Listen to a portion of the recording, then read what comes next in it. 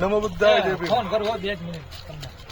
હવે હાલ અત્યારે સરદારમાં આવ્યો છું અને અહીંયા જે બાબા સાહેબ આંબેડકરની પ્રતિમા આ ડોમની નીચેથી ગાયબ થઈ હતી અને પછી અનુસૂચિત જાતિ સમાજે જે સંઘર્ષ કર્યો છે, હાલ અત્યારે નવી મૂર્તિ અહીંયા પ્રસ્થાપિત કરી દેવામાં આવી છે. પણ જ્યાં સુધી જૂની મૂર્તિ નહીં મળે ને ત્યાં સુધી મજા નહીં આવે. કેમ કે અહીંયા ધક્કો ખાવાનું કારણ એવું છે કે ક્યાંક ને ક્યાંક આપણા હાથા હોતે છે આમાં. આ મૂર્તિ અમથા ઉઠામણા નથી થયા એ મેન વાત. અને એને તો હું મૂકીશ જ નહીં અને આવડાવડી નહીં મૂકી.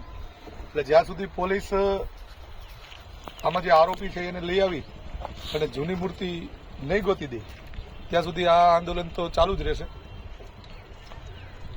પછી આ ગામના લોકો ચાલુ ન રાખે તો હું તો ચાલુ રાખી. કેમ કે મારે હજી એ જૂની પ્રતિમા જોઈ છે અને જૂની પ્રતિમા જ્યારે નીકળી ગઈ ને એમાં જેણે જેણે વહીવટો કર્યા છે ને એ નમૂના જોઈ છે.